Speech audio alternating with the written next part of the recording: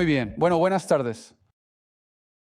Sí, estoy emocionado de estar aquí con ustedes y muy agradecido por esta oportunidad de poder estar en este púlpito y poder abrir la palabra de Dios con ustedes. Agradecido con John y los ancianos por permitirme esta oportunidad de hacer esto y confiarme la apertura de la palabra de Dios para ustedes. Y no lo tomo a la ligera y agradezco poder hacerlo. Y bueno, si tienes una copia de la palabra de Dios, vamos a abrirla juntos en Hechos capítulo 17. Hechos capítulo 17. Mientras buscas ese pasaje, solo quiero compartirte el tema de nuestro tiempo ahora del mensaje, y es el siguiente. En esta sección hay unas autoridades que gritan: estos hombres han trastornado el mundo entero, y yo solo quiero saber qué fue lo que hicieron para que estos hombres gritaran semejante frase. Ser conocido como alguien que ha trastornado una ciudad. ¿Qué hicieron Pablo y Silas para trastornar el mundo? Y voy a darte la respuesta a eso. Mientras no te levantes y te vayas, te daré la respuesta, porque tenemos muchas cosas que queremos cubrir. Pero la respuesta es que proclamaron la palabra de Dios, y al proclamar la palabra de Dios, proclamaron el Evangelio. Y por eso se les conocía como aquellos que trastornaron el mundo. Así que para ti, al comenzar con esto, si quieres ver tu matrimonio transformado, quieres ver a tus hijos transformados, quieres ver tu ciudad transformada, tus equipos deportivos transformados, la respuesta a todo eso es la misma. Es el Evangelio de Jesucristo. Así que estamos en Hechos 17, versículo 1. Déjame leértelo y luego profundizaremos en ello. Ahora bien, después de pasar por Anfípolis y Apolonia, llegaron a Tesalónica, donde había una sinagoga de los judíos, y Pablo entró, como era su costumbre, y durante 3 días de reposo. Él razonó con ellos a partir de las Escrituras, explicando y demostrando que era necesario que el Cristo padeciera y resucitara de entre los muertos, y diciendo: este Jesús, a quien yo les anuncio, es el Cristo. Y algunos de ellos fueron persuadidos y se unieron a Pablo y a Silas, así como una gran multitud de griegos piadosos. Y no pocas mujeres prominentes, pero los judíos, llenos de celos, tomaron a algunos hombres malvados de la calle, formaron una turba, alborotaron la ciudad, atacaron la casa de Jasón y buscaban sacarlos ante el pueblo. Y como no los encontraron, arrastraron a Jasón y a algunos de los hermanos ante las autoridades de la ciudad, gritando: estos hombres que han trastornado el mundo entero también han venido aquí, y Jasón los ha recibido. Y todos ellos actúan en contra de los decretos del César, diciendo que hay otro rey, Jesús. Y el pueblo y las autoridades de la ciudad se inquietaron al oír estas cosas. Cuando tomaron dinero como fianza de Jasón y de los demás, los dejaron en libertad. No hace falta mucho para darse cuenta, si eres creyente esta mañana, de que el mundo está al revés. Lo que antes era correcto ahora es incorrecto, y lo que antes era incorrecto ahora es correcto. Y no solo eso, sino que ahora lo correcto debe ser celebrado. Y si no celebras aquello que antes era pecado, entonces eres un intolerante y no tienes amor. Estaba tratando de encontrar una ilustración de esto y miré a mi propio estado natal de Washington, y no me tomó mucho tiempo. Hace una semana salió un artículo sobre padres de crianza temporal en Washington. Esta pareja cristiana ha sido padres de crianza desde 2013 hasta 2022, acogiendo niño tras niño. En 2022 fueron a renovar su licencia y hubo una actualización en la solicitud. No pudieron obligarse a marcar la parte de la solicitud que dice lo siguiente: que ahora el requisito del Estado es que los padres de crianza deben proporcionar a los niños, y cito, recursos que apoyen y afirmen sus necesidades en cuanto a la orientación sexual, identidad y expresión de género, y aceptar usar los pronombres y el nombre elegido por los niños que se identifican como trans, y respetar el derecho del niño a la privacidad respecto a su identidad de género. Eso está completamente al revés. Este caso fue llevado ante los tribunales y la pareja está argumentando que perdieron su licencia debido a esta situación como resultado. Y esto nos recuerda que sí, vivimos en un mundo al revés. Podríamos encontrar artículo tras artículo. una y otra vez simplemente siguen pasando más y más cosas. ¿Qué ha pasado? Todo está al revés. Es casi como si viviéramos en la época de los jueces, ¿verdad? Al final de la época de los jueces, donde se decía allí, cada uno hacía lo que bien le parecía.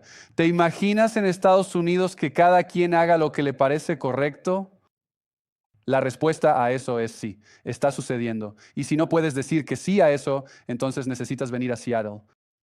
Y ve a Capitol Hill y verás que todos están haciendo lo que les parece correcto. Todo está al revés. Así que la pregunta que tengo para ustedes es esta. ¿Qué deben hacer los cristianos? ¿Cómo debemos involucrarnos en esto? Bueno, ¿cuál debe ser nuestra mentalidad al enfrentar esto, sabiendo que todo está al revés y que estamos aquí para tratar de poner el mundo al derecho? Bueno, creo que Hechos 17 es un pasaje que puede animarnos a saber qué hacer.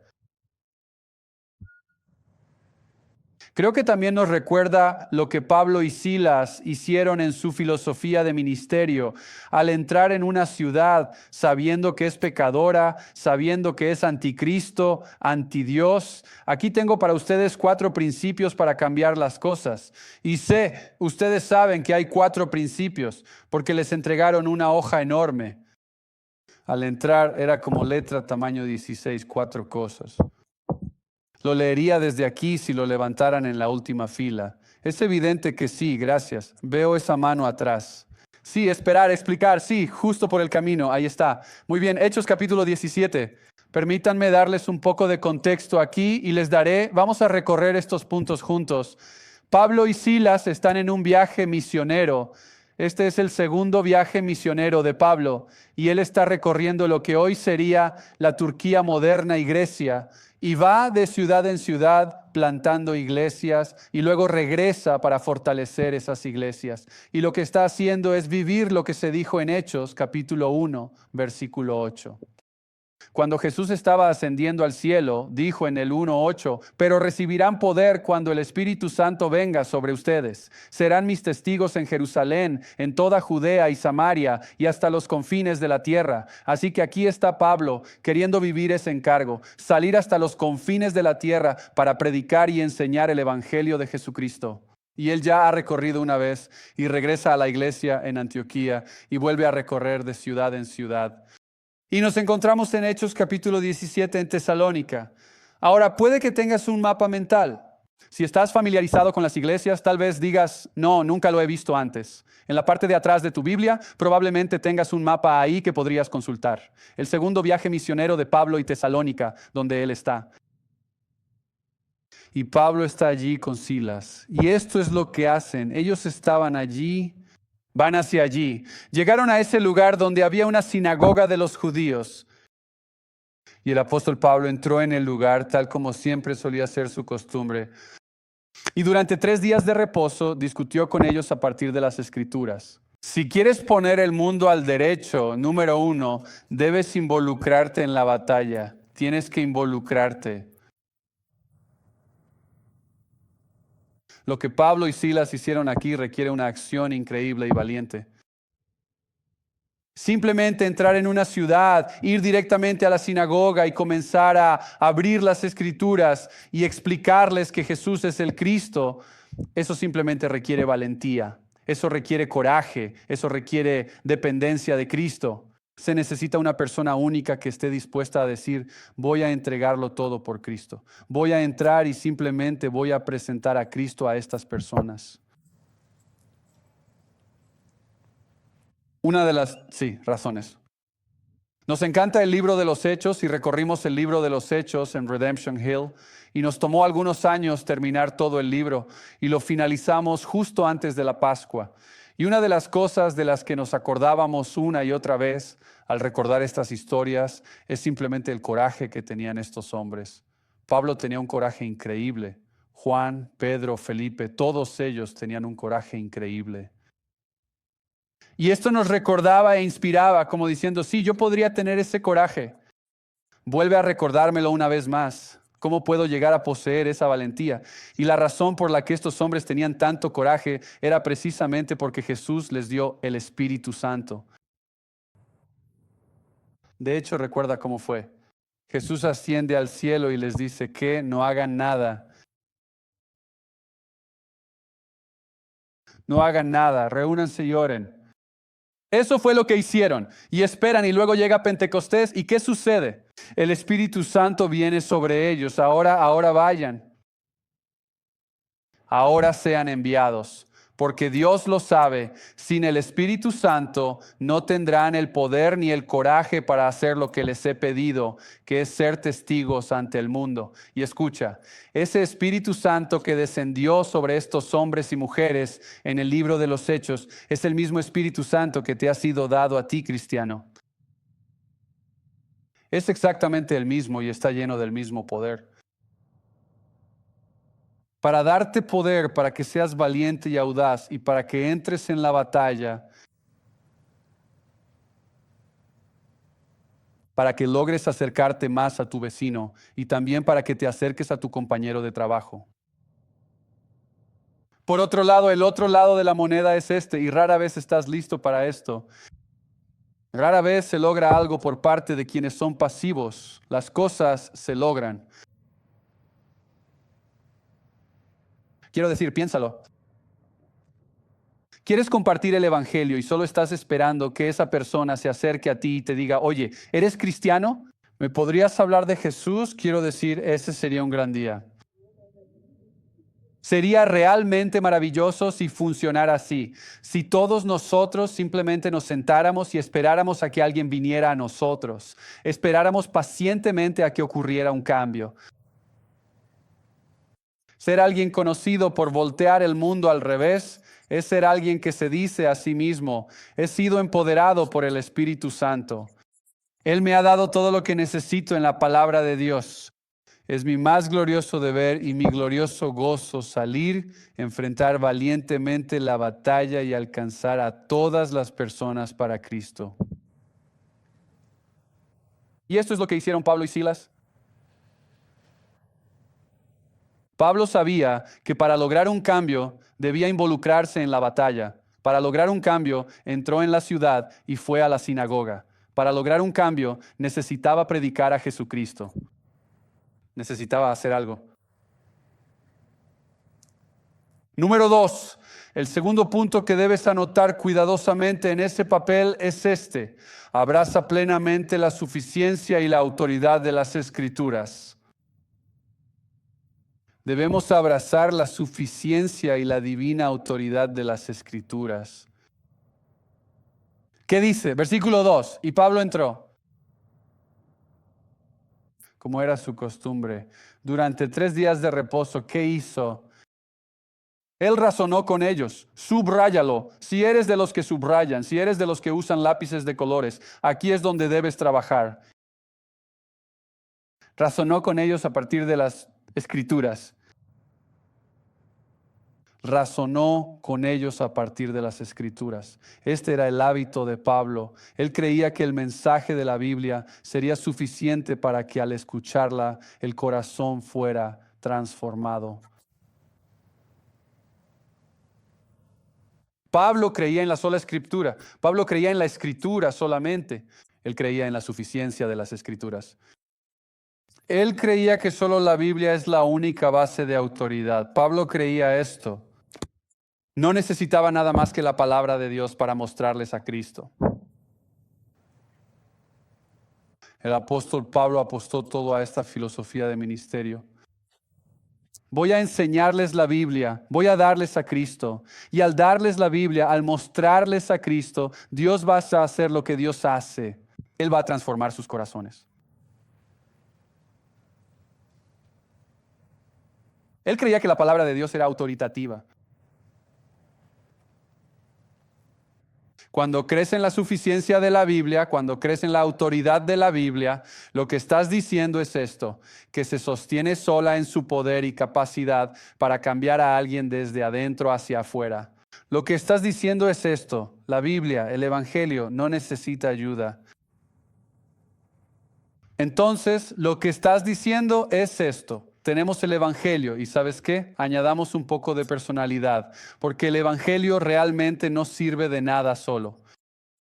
A menos que tengamos a alguien con una personalidad realmente buena, entonces el evangelio es efectivo. O, ¿sabes qué? Necesitamos el evangelio y necesitamos algo de cultura, añadamos algo de cultura y hagámoslo, y entonces el evangelio será eficaz. O necesita algo de, no sé, intelecto, un tipo realmente inteligente. Necesita a alguien que tenga elocuencia, entonces es poderoso. No, lo que estás diciendo cuando dices, creo en la suficiencia y la autoridad de las escrituras, es que solo necesitamos a alguien que diga, oye, aquí está el Evangelio. Te lo estoy presentando. Dios, haz lo que quieras con él. No necesita ayuda. Y la Biblia no necesita nada externo para darle vida. La Biblia contiene suficiente vida propia por sí misma. La Biblia no necesita ninguna fuente externa para darle poder. Es más cortante que una espada de dos filos. Creer en la autoridad y suficiencia de las Escrituras, es decir, ¿sabes qué? Creo que el Evangelio es suficiente. No necesita nada más que eso. El hábito de Pablo era caminar por la ciudad. Su ministerio consistía en entrar y predicar a Cristo a la gente, entrar y enseñarles la Biblia. Quiero mostrarles un par de ejemplos. El primero es con el apóstol Pablo. Vuelvan a Hechos capítulo 13. Hechos 13 es una sección muy importante, ya que aquí Pablo y Bernabé son enviados como misioneros. Son apartados por el Espíritu Santo. Versículo 2. Y ellos salen y es como, bueno, estamos saliendo como misioneros. ¿Qué hacemos ahora? Es verdad, no hay otros misioneros. No tenemos idea de lo que hicieron. Es como, bueno, somos los primeros, así que no tenemos nada en qué basarnos. No tenemos idea de cómo fue en estas ciudades porque nunca se había hecho, así que salen. ¿Qué hacen? Versículo 4. Así que siendo enviados por el Espíritu Santo, bajaron a Seleucia y de allí navegaron a Chipre y llegaron a Salamina. ¿Qué hicieron? Proclamaron la palabra de Dios. Eso fue lo que hicieron. Esa era toda su filosofía de misiones. Encontramos una ciudad y predicamos la palabra del Señor, pero encontraron cierta resistencia de Satanás. Qué sorpresa, esto no le entusiasma, se opusieron. Allí hay un mago. Todo esto sucede. Allí hay un procónsul y todo eso, pero fíjate en el versículo 12. Entonces el procónsul creyó. Y luego, cuando vio el versículo 12, cuando vio lo que había sucedido, se asombró de lo que se asombró, de la enseñanza del Señor. ¿De qué se asombró? De la enseñanza.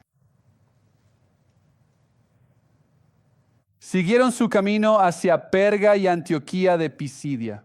El sábado entran en la sinagoga, se sientan y leen las escrituras.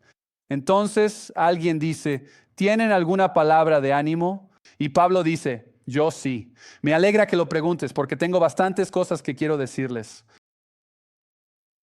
Y entonces él expone todo el Antiguo Testamento mostrando dónde se encuentra Cristo. Y comienza a explicarles la verdad de la Biblia. Él no llegó tratando de encontrar algún tipo de terreno común aquí. Simplemente fue directo al grano. Ustedes necesitan a Cristo. Déjenme mostrarles a través del Antiguo Testamento. Él enseña y hace esto. Te preguntas, ¿cómo les fue? Mira el verso 42.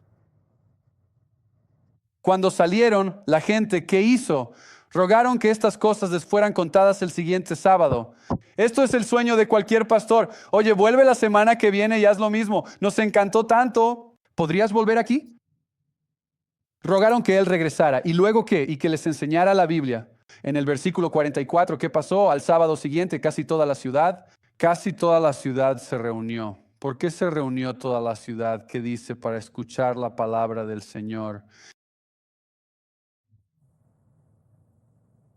Para escuchar la palabra del Señor. Capítulo 14, versículo 7. Están en Iconium. ¿Qué hacen? Versículo 7. ¿Y siguen haciendo qué? Predicar el Evangelio. Él va a Listra y entra en Listra. Comienza a compartir el Evangelio. ¿Qué hacen? Lo apedrean. Intentan matarlo. Lo arrastran y lo dan por muerto. Así dice En el versículo 19, lo sacaron de la ciudad pensando que estaba muerto. Versículo 20, cuando los discípulos lo rodearon, se levantó y entró en la ciudad.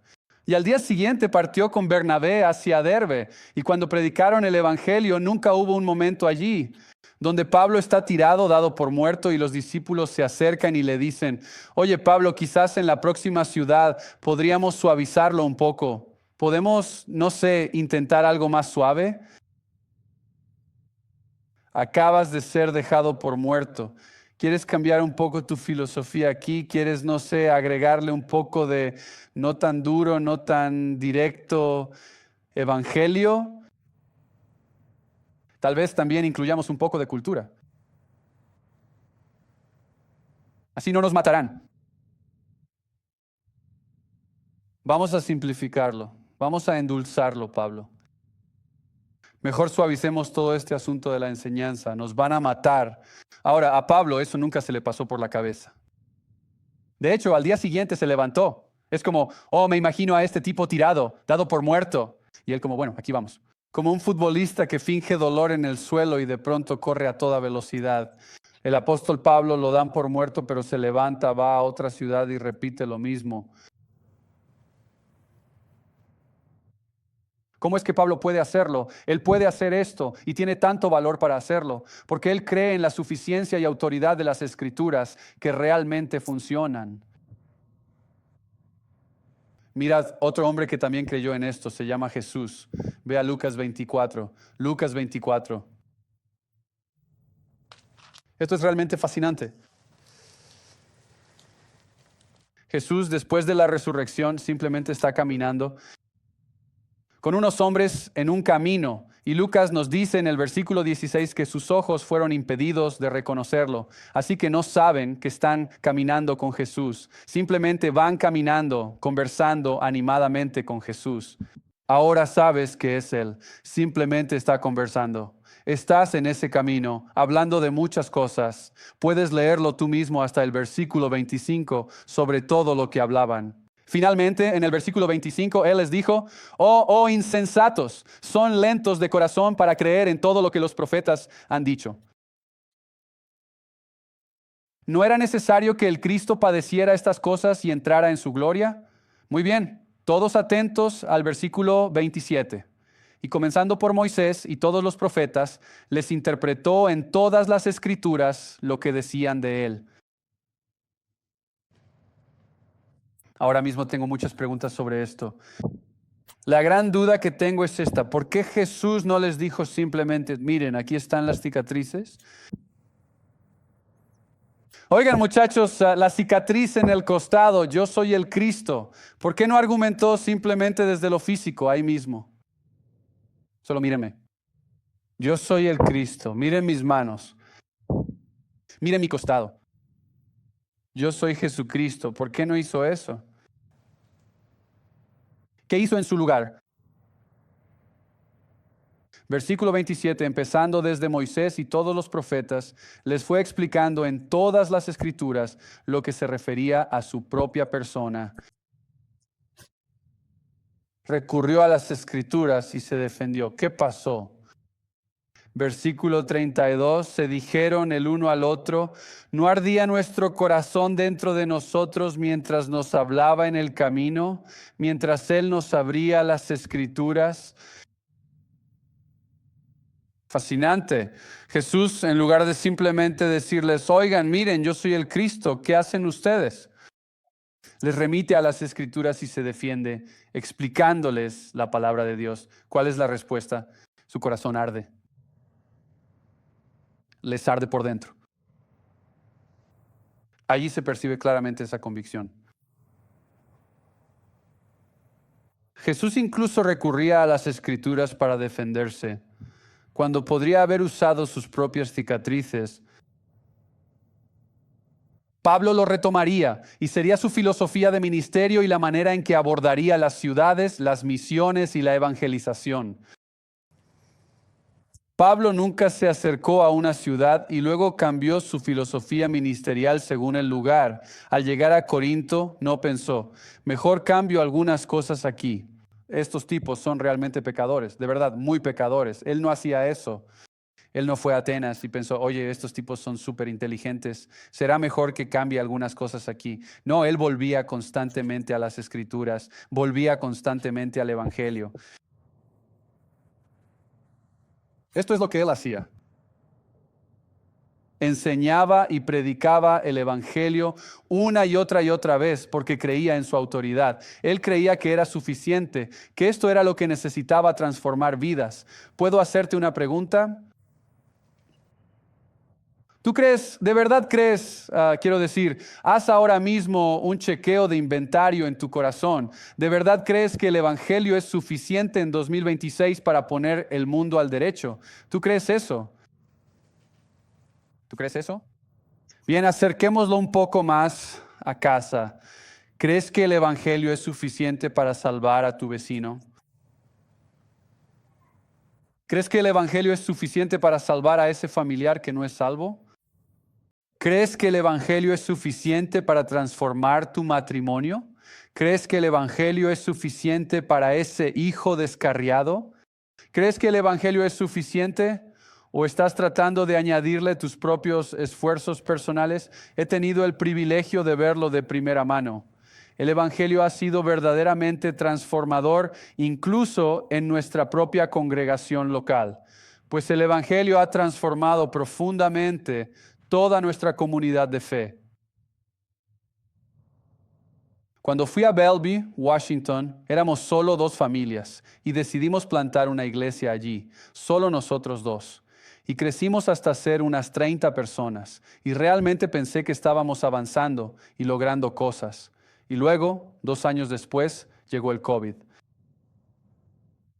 Y por cierto, llegó a 5 millas de nuestra iglesia. Al menos eso es lo que dicen en Kirkland, Washington. Y fue una locura de verdad, fue algo salvaje. Nos cerraron querían que estuviéramos cerrados durante años. Y de verdad que fue así. El gobernador decía, no más cantos, ya no pueden cantar en su iglesia, ¿saben? Simplemente imponían todas estas cosas que querían que fueran leyes, pero no lo eran. Y estábamos ahí y las cosas simplemente se pusieron muy difíciles. Quiero decir, las cosas eran difíciles para nuestra iglesia. Las cosas eran difíciles para nuestros hijos en la escuela.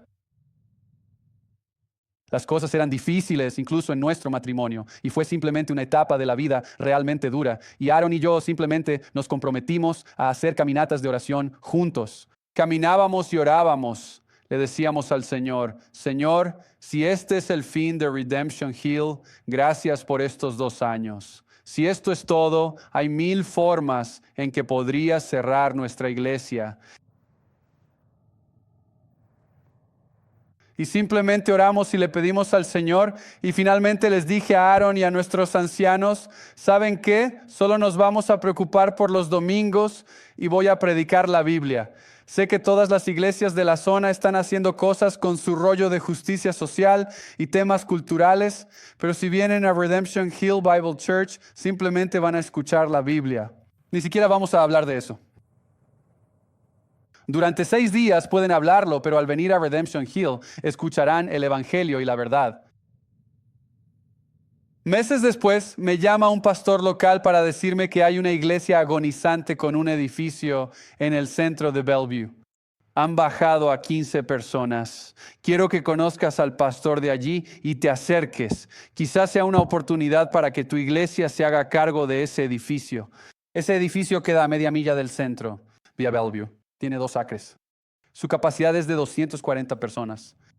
Así que me reuní con el pastor y empezamos a pasar tiempo juntos. Y 9 meses después, como si fuera ayer, él toma la escritura y lo empuja por encima de la mesa, así, y dice, es tuyo. La propiedad está valorada en unos $20 millones. Y él dice, es tuyo.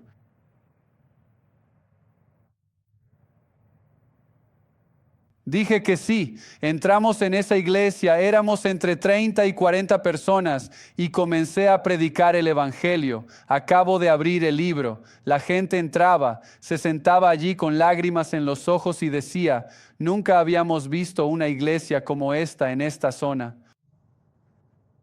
Un hombre se me acerca, un ejecutivo importante se me acerca y me dice, este lugar es como un oasis. Me dio risa porque hay tanta agua en Seattle. Pensé, un oasis, quiero decir, hay agua por todas partes. Llegaba gente y los estacionamientos se colmaron. Entonces mi vecino, amigo y pastor de la iglesia de atrás baja y toca la puerta. Me dice, oye, veo que llegan muchos más autos a la iglesia. ¿Vamos a comer y hablamos de esto? Y le dije, sí, genial. Vamos a Red Robin. Tienen papas fritas ilimitadas y mucha sal, además de salsa campfire. Disfrutaremos juntos de Red Robin y hablaremos sobre el ministerio. Y nos reunimos y él me dice, oye, noté que tienes algunos autos más en el estacionamiento. Le dije, genial, porque ocupo parte de tu estacionamiento. ¿Me prestas unos lugares? Dijo, claro, lo que sea. Y añadió, me interesa saber qué están haciendo. Y continúa, dice, contratamos a un chico de China porque queríamos acercarnos a la comunidad china de la zona. Bellevue es muy diversa. Y dice, ¿qué hacen ustedes? ¿Qué están haciendo ustedes? ¿Y qué planean hacer? Y yo simplemente lo miré como pensando que esto es una trampa, una pregunta. Entonces le dije, exactamente lo que hemos estado haciendo. Lo que hemos estado haciendo es simplemente enseñar la Biblia. Lo que vamos a hacer es seguir enseñando la Biblia. En nuestra iglesia hay personas de unos 15 idiomas y países diferentes. Si te tomas un momento para ir a YouTube a ver el video de nuestro mensaje de la semana pasada, por cierto, verás que literalmente solo hay 2 personas que entran a YouTube, mi mamá y mi suegra. Es un gran ministerio para esas dos, mi mamá y mi suegra. Ellas dicen, solo quiero ver a Joey predicar el domingo. Así que se conectan. En la primera fila de músicos tenemos a 4 de ellos. A un lado está el chico mitad coreano, mitad blanco, tocando el violín. Y tienes al chico blanco ahí arriba tocando la guitarra, guiándonos en la adoración. Tienes a un chico asiático ahí arriba, justo al lado de él, en la segunda guitarra. Y al lado de él tienes a Elizabeth de África. Simplemente no hicimos nada más que enseñar la Biblia a la gente. Y la Biblia hará lo que la Biblia hace. Esto trasciende las fronteras de naciones y culturas, sin importar el género ni el color de piel. Llega a través de todo eso y agarra el corazón. Y transforma el corazón. Y la gente suele decir, yo quiero más verdad. Por favor, dame un poco más de eso. Cuéntame detalladamente más sobre Jesús. Me acordé, fue aquí arriba entre uno de los servicios. Parece que hubo 25 servicios desde ayer. En uno de ellos estaba parado justo aquí y un técnico se acerca y me dice, oye, ¿has oído la historia de lo que pasó aquí? Y empieza a leer. Me cuenta algunas frases sobre lo que pasó aquí y yo había escuchado un poco de John en el patio ayer y pensé, esta es una historia similar. Él se presentó aquí y nos dijo, chicos, yo estoy enseñando la Biblia y pase lo que pase, nosotros vamos a enseñar la Biblia. Y Dios honra eso, Él honra la predicación de la palabra de Dios. ¿Por qué? Porque crees de todo corazón que Dios va a hacer lo que solo Él puede hacer a través de la predicación y enseñanza de la palabra de Dios. Y esta era la filosofía de Pablo. Esta era la filosofía con la que él llegaba a cada ciudad. Creía en la autoridad y suficiencia de las Escrituras. Y quiero decirte esto, ¿de acuerdo? Esto vale la pena destacarlo. Esto vale la pena anotarlo. Si necesitas volver a esto, es lo siguiente. Cuando crees de todo corazón en la suficiencia y la autoridad de las Escrituras, te volverás más valiente. Así que si quieres crecer en tu valentía, crece en tu amor, respeto y devoción por la suficiencia y la autoridad de las Escrituras, porque entonces llegará un momento en el que en una conversación dirás, oye, esto es lo que dice la Biblia, y simplemente te lo voy a decir, te lo voy a entregar, voy a sembrar la semilla y dejaré que Dios haga lo que Él quiera hacer con eso. En lugar de, por ejemplo, ¿alguna vez has probado con la Biblia? ¿Has probado con Jesús? Oye, ¿sabes? Yo voy a la iglesia. Vamos, anímate. En cambio es como, oye, yo voy a la iglesia, abrimos la Biblia, la enseñamos. En serio, creo que necesitas estar allí. Es imperativo que vengas conmigo ahora. Tienes que sentarte conmigo, tienes que cantar conmigo, tienes que escuchar la palabra de Dios. Tu confianza y tu valentía aumentan a medida que aumenta tu confianza en la palabra de Dios. Tal vez sea que luchas con tu valentía porque, y ni siquiera lo has notado, estás cuestionando la suficiencia y autoridad de las Escrituras en tu vida. Pablo y Silas creían esto de todo corazón. Quizás haya una tercera cosa aquí. Lo bueno de ser el último es que puedo hablar todo lo que quiera. Eso está haciendo la cuenta regresiva. Ni siquiera me importa. Quiero decir, bien podrías quitarlo ahora mismo. La número 3 es esta, explica a Jesucristo, explica a Jesucristo. Va de la mano, así que no necesito mencionar mucho al respecto, explica a Jesucristo. ¿Qué hace? Versículo 3. Pablo entró, según su costumbre, y por 3 sábados les razonó con las Escrituras.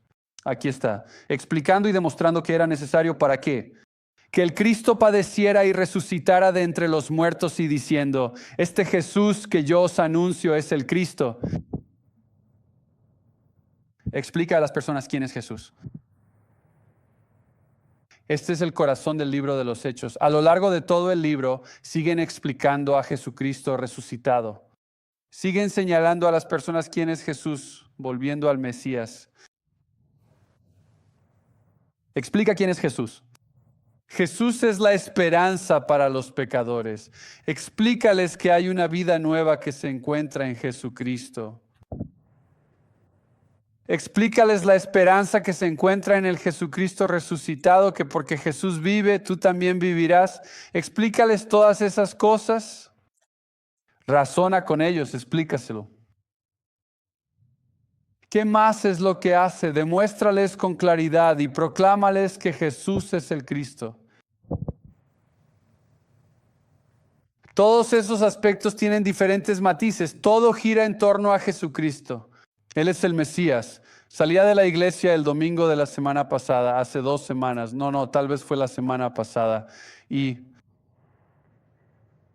estaba saliendo cuando una mujer joven se levantó y se dirigió a nuestro pequeño vestíbulo. Y ella me dice, no soy creyente. ¿Puedes darme más pruebas de quién es Jesús? Se lo explicamos y dije, el problema no es la evidencia, solo debes arrepentirte y creer en Jesucristo como Salvador. Le dije, la eternidad está escrita en tu corazón y sé que esa es la lucha. Y ella me miró de reojo y dijo, ¿podemos hablar de esto tal vez más? Ella me envió un correo el lunes diciendo que realmente quería hablar de esto. Podía pasar por mi oficina, vino al día siguiente y empezamos a hablar. Hablamos como 1 hora allí y le dije, dime, ¿cuál es el problema aquí? Ella dice, no creo que Jesús sea el Cristo ni el Mesías. Seguimos conversando y viendo las escrituras, profundizando en el tema. Al final le dije, ¿puedo explicarte qué significa ser cristiano? Tal vez solo estamos atascados en esa parte. Así que lo repasamos.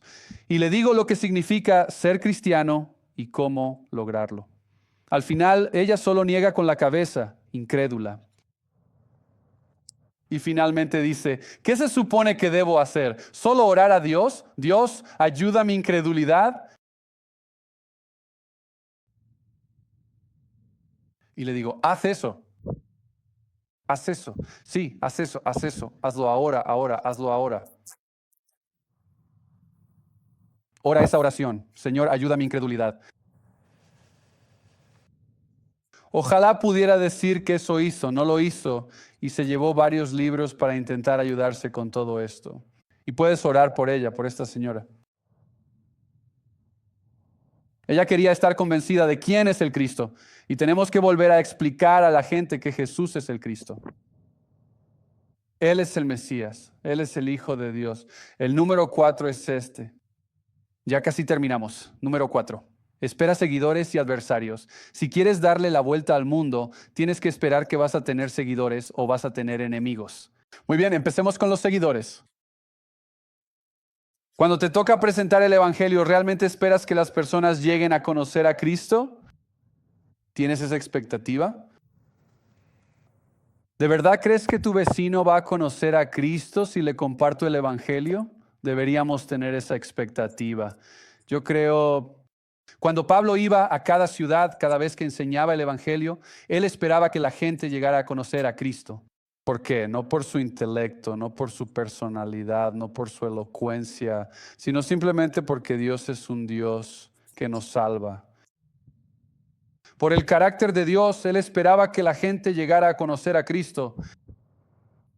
¿Esperas que la gente llegue a conocer a Cristo cuando compartes el Evangelio? Ese tipo de expectativa. Pablo esperaba eso. El versículo 4 dice que algunos se convencieron y se unieron a ellos. Varios conocieron a Cristo, muchos griegos devotos y hombres influyentes. Creo que a veces solo lanzamos una semilla sin esperar realmente que pase nada, pero lo hacemos igual. Espera, que Dios haga lo que Dios hace. Dios es un Dios que salva. Espera que Él salve a tu vecino. Él va a hacer lo que quiera hacer, pero nosotros vamos con la expectativa de que el Evangelio va a funcionar. También espera que la gente te odie. En el versículo 5, los judíos celosos reclutaron maleantes y armaron un alboroto. Alborotaron la ciudad. Ese era el impacto que estaban teniendo. Toda la ciudad estaba alborotada, estaban celosos, estaban molestos, estaban enojados. Para ser alguien que cambia el mundo, la gente te va a odiar. No le vas a caer bien a la gente. Simplemente tienes que dejar de pensar que vas a ser el evangelista al que la gente todavía ama y aprecia. ¿Vale? Han pasado 2000 años. Esa persona nunca ha existido. Si lo están haciendo bien, desconfía mucho de aquel individuo que puede compartir el evangelio y ser amigo de todo el mundo. No, asume que te excluirán de las actividades sociales, te van a apartar de tus amistades, habrá personas a las que no les gustes, pero tú sabes y crees que lo mejor para esas personas es el evangelio y para ti vale la pena. Esperas que Dios haga lo que Dios hace, que es salvar a las personas. Ve lo que sucede. Ellos alborotaron la ciudad, atacaron la casa de Jasón para exponerlos. Versículo 6, no los hallaron, se escabulleron por detrás. Así que arrastraron a Jasón y a algunos de los hermanos ante las autoridades de la ciudad y gritaron, estos hombres han trastornado el mundo entero y ahora han venido aquí también. ¿Qué hicieron? Simplemente siguieron el plan que Dios les dio y funcionó aparentemente porque mira lo que dice. Han trastornado el mundo entero y ahora han venido aquí también. Es decir, si no nos deshacemos de estos tipos, esta ciudad va a ser puesta patas arriba. Esta ciudad va a ser transformada si no hacemos algo con estos tipos ahora mismo. Y han venido aquí también. Es decir, tienen fama de que han estado haciendo esto ciudad tras ciudad, siguiendo el plan que Dios les dio. Y escucha, es el mismo plan que Dios nos ha dado a nosotros. ¿La misma jugada? Es como si estuviéramos jugando fútbol americano y Dios dijera, tienes una sola jugada. ¿Eso es todo? Sí, solo tienes una jugada. Pero hay quienes llegan a la línea de golpeo y dicen, voy a cambiar la jugada aquí, voy a cambiar un poco las cosas, voy a mezclarlo un poco, le voy a agregar un poco de esto, un poco de aquello. Vamos a cambiar algunas cosas, como si tuvieran un plan mejor que el de Dios para alcanzar a las naciones. No hay una mejor jugada. El Evangelio funciona. El Evangelio transforma. El Evangelio salva. El Evangelio te madura y te hace crecer. La jugada es esta. Proclama el Evangelio. Y simplemente observa a Jesús obrar. Observa cómo esto puede transformar tu matrimonio. Míralo transformar tus relaciones. Míralo transformar una iglesia. Míralo transformar tu trabajo. Observa cómo puede transformar toda tu comunidad. Todo esto se logra a través del poder del Evangelio. Señor, gracias por este tiempo en tu santa palabra. La palabra de Dios hace muchas cosas al sentarte a escuchar la predicación. Esperamos, Señor, que haya sido un motivo de ánimo para nosotros. Quizá incluso un consuelo para nosotros. Para recordarnos que no se trata de nuestra personalidad, no se trata de nuestro intelecto, no se trata de nuestra elocuencia, que las personas lleguen a conocer a Cristo. Es por la pureza del Evangelio. Es suficiente. No necesitamos añadirle nada. Es suficiente y tiene el poder para salvar. Es el poder de Dios para salvación. Y Señor, quizá el tiempo de enseñanza ha sido un poco confrontador, como el Espíritu Santo lo ha hecho y lo hace a través de la predicación de la palabra de Dios. Y en esa convicción, Señor, oro para que no simplemente la dejemos sin tratar. Necesitamos tratar con eso. Así que anímanos incluso en los lugares donde necesitamos confiar más en ti, creer en la autoridad de la Escritura y en su suficiencia para guiar a las personas hacia Cristo. Ayúdanos en esas áreas. Señor Jesús, necesitamos tu ayuda en todas estas cosas. Y al final, Señor, queremos que estas verdades transformen nuestras vidas y nos hagan más como Jesucristo. Oramos en el nombre de Jesús. Amén. Oye, espera, si este mensaje te bendijo, suscríbete al canal, dale like, comparte y activa la campanita. Así llegaremos a más personas con la palabra de Dios. Muchas gracias por acompañarnos hoy.